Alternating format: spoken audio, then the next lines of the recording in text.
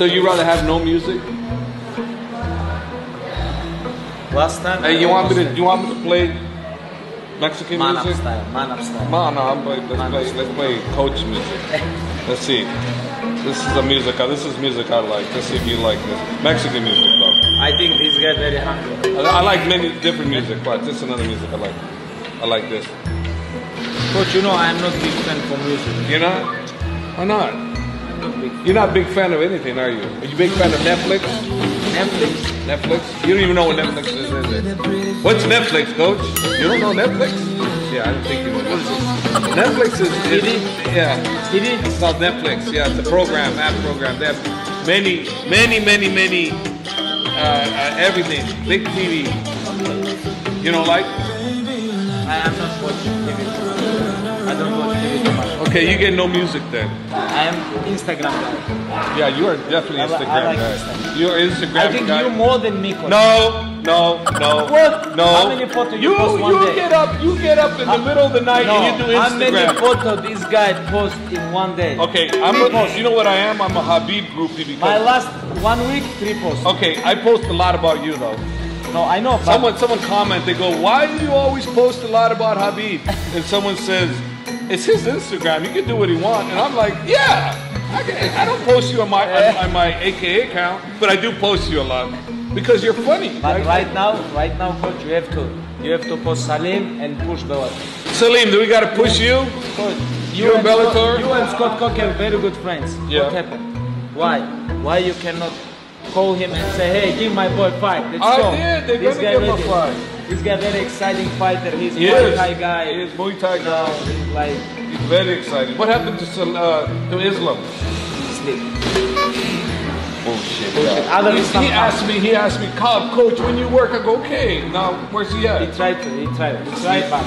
Alhamdulillah teman-teman semuanya, sekarang kita akan masuk ke part 2 di mana di sini akan kita dengar mengenai lawan-lawan dari Khabib dan bagaimana sih sebenarnya dia kok bisa jadi champion seperti ini. Ayo, kita lanjutkan wawancara kita dengan Javier Mendez. Wow, so he combined all of the good stuff from every aspect. That's great then. I combined it. Yeah, like what I equated to, I tell somebody that asked me, I said, look at it like this. He already came in a great foundation. He already was a nice house. All I did was add trimming to it. I just added different color paint. I added a sprinkler system. You know, I did those things, but the house was already sound. There was a great foundation already. I just added things to make the house prettier. That's basically what I did. Wow, he got it right, Coach. Actually, everybody here, when we saw Khabib on the fight, he's like somebody who do the counting. I mean, the real timing, when to get in, when to get out, and when to what do you call it? Strike. Yeah, when to strike and things like that. Full of counting, and then the time is right. I think it was like seeing dramas on the MMA. Yeah, if you listen to the audio and you can see me directing him, I'm directing him how to strike, when to strike, when to shoot in. So if you watch the behind the scenes and you hear my voice, you can hear I'm directing him what to do, and he's following it. He's following the instructions. He's following the punch to the takedown. He's following all of it: attack, attack, attack, pressure, pressure, pressure. He's doing it all. He's doing everything I'm telling him to do. Obviously, if you don't hear it, you don't know what's going on. He's just fighting that way. But if you listen, you can hear me telling him exactly how to fight. I saw some footage of the what do you call it, the outside octagon sounds, and when all of his friends like the emotional what do you call it, emotional cheer or things like that, but you keep calm and say that calm down. Yeah. And on the video when you said calm down, help him.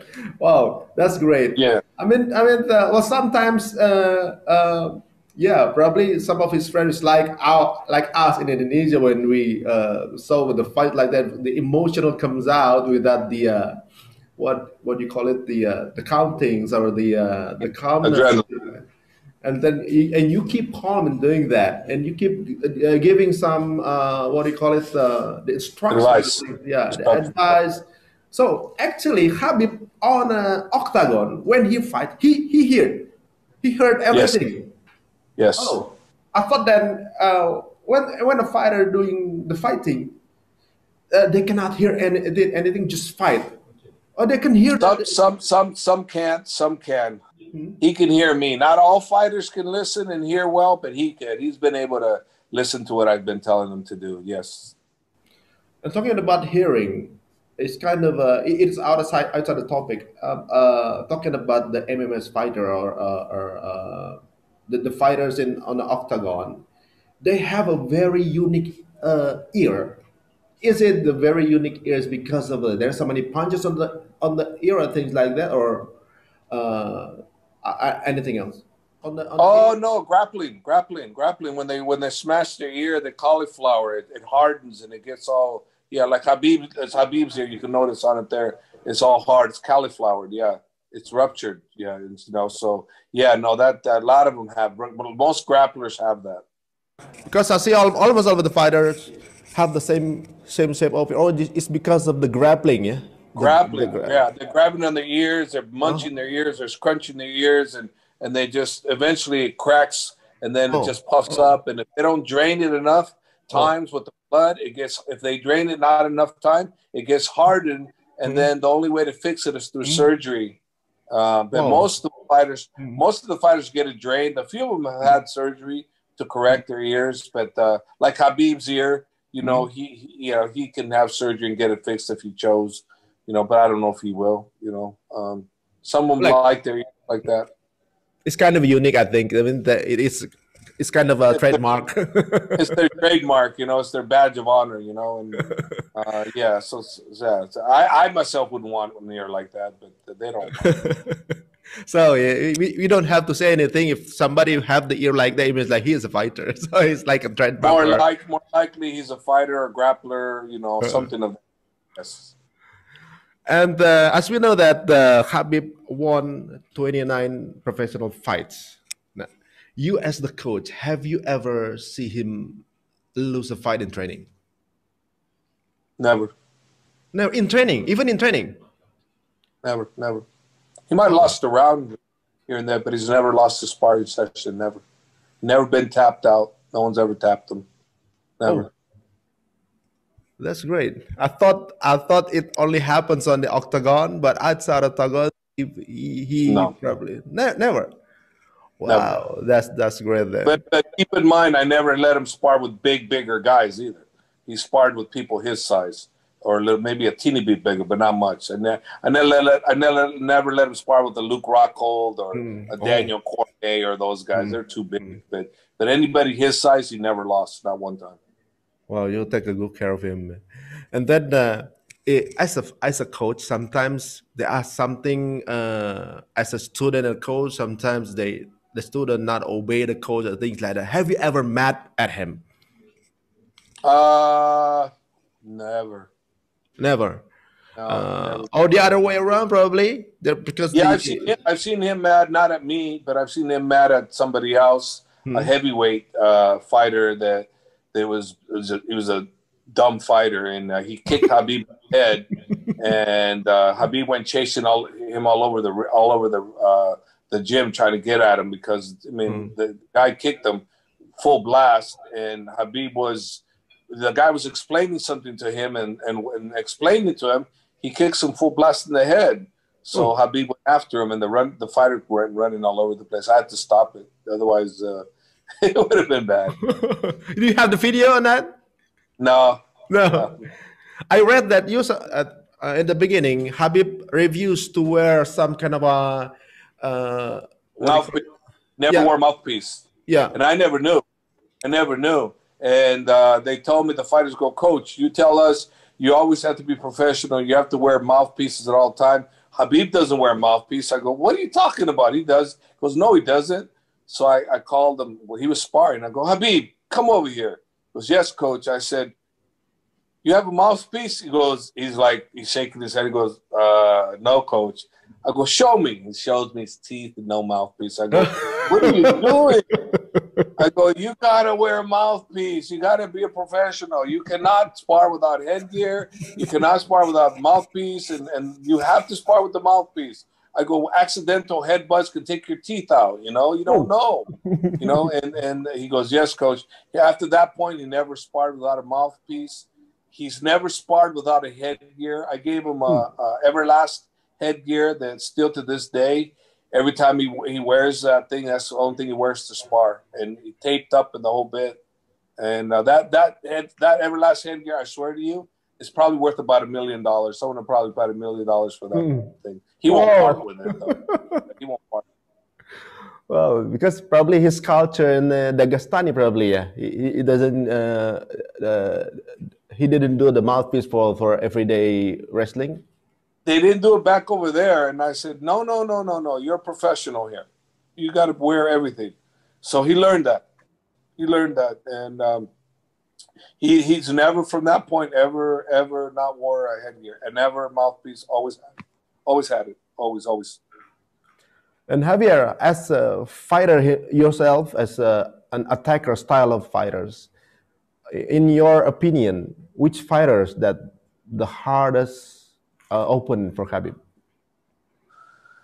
The hardest opponent for Khabib would have to be the grapplers, the guys that can last on the ground, but there really hasn't been any, you know. So there is no lightweight in the world that can stop Khabib from taking him down. None. Zero. And he's proven that. Everybody thought Justin was going to be the guy. Everybody thought Justin was going to, you know. I mean, if you watch the fight, he hit him with a good front kick that hurt him. He hurt him with the left knee to the head. I mean, and he punched him a lot. So you know, Justin didn't know what was going on. He wasn't prepared for what he got in front of him. And look what happened when Khabib took him to the ground very easily, submitted him. So among those fights so far in the octagon, the all 29th, which one is the hardest one? The hardest one was Conor, and even though that was the hardest, he still destroyed him. No. You know, still destroyed him. So who was really hard, really, right? Yeah. And the hardest was Conor, but he destroyed him. Yeah. So how hard was Conor? Not as hard as you think. Not for Khabib. You know, if he was hard, it would have went to a decision, and it would have went a split decision, Khabib, but it wasn't. It was a wipeout, you know. So he was the hardest, but he wasn't hard. So that tells you how great he was. I thought you said on an interview that said that Khabib let Conor stood for rounds. It's on purpose. It's on purpose. He said it on purpose just to show him he could stand in the third round. He stood with him. And I told him, I said, hey, now I know you proved you can stab them. Please go back to father's plan. Okay, coach. What happens? He goes, father's plan, chokes him out. And also, how did he beat Goche is also his plan as well, on purpose as well. How did he, because the parents... Gaethje. He knew that Gaethje wouldn't tap, and he didn't want to break his arm because he knew he wouldn't tap, so he decided to choke him. That would be better because it was in front of his parents, and he wanted to be mindful of that. So, yes. Oh, yes. That is probably he's a very tactical person, yeah? Yeah. As we know, probably many Indonesian fans knows Khabib started mostly when the fight against Conor. It was like a drama happening on the press conference, and after the fight as well, when he jumped outside the octagon and things like that. Is it really happened that kind of I mean, the brawl is very like a chaos. I think some people on the entertainment or probably on the sport business said it's a drama. It's a setup for making the fights look great. And as a witness, you're on that place. Is it really happened? The fight, I mean, the drama, is it really true happen? It's real? Yeah, well, listen to this, okay? When he got the fight with Conor, the very first day I told Khabib, he's going to come after your father. He's going to come after your country. He's going to come after your religion. He's going to come after Ali. He's going to come after everything because he's done it before. So please be aware of it. Don't let it accept you. He's trying to get riled up. Every time I meet Khabib, he's going to come after your family. He's going to come after, stay relaxed, stay calm. Don't do nothing. The calmer you are, the more you win. The calmer you are, the more you win. Stay relaxed. Don't let it affect you. He's coming after your country, your wife, your father, Ali, your religion. he's going to do all the bad things that no fighter should do.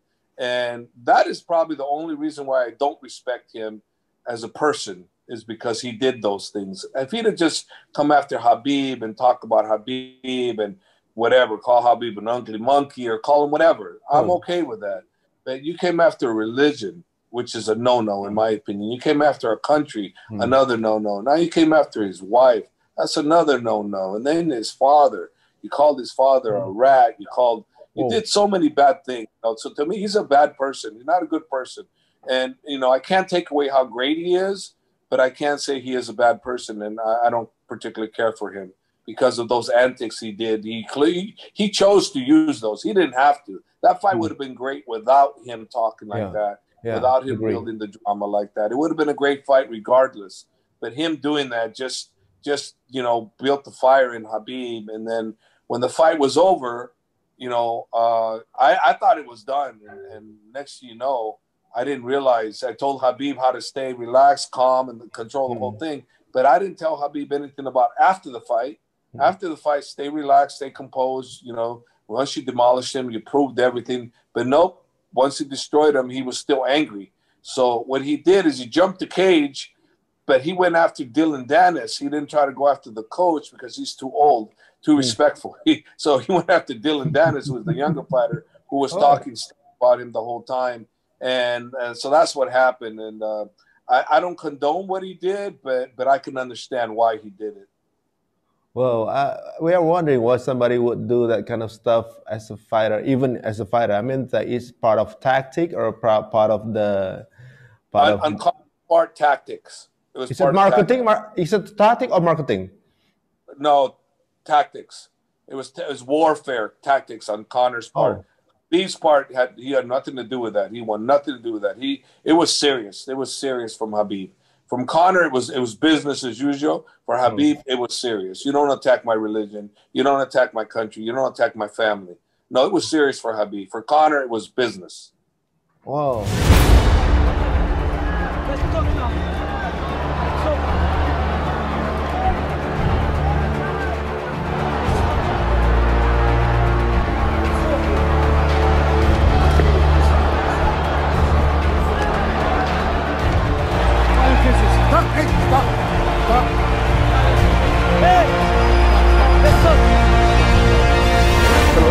In the last fight, Khabib declared retirement. Did you know about it before in advance? Zero. I had no idea. It happens on the octagon directly. It happened there. He kept it inside.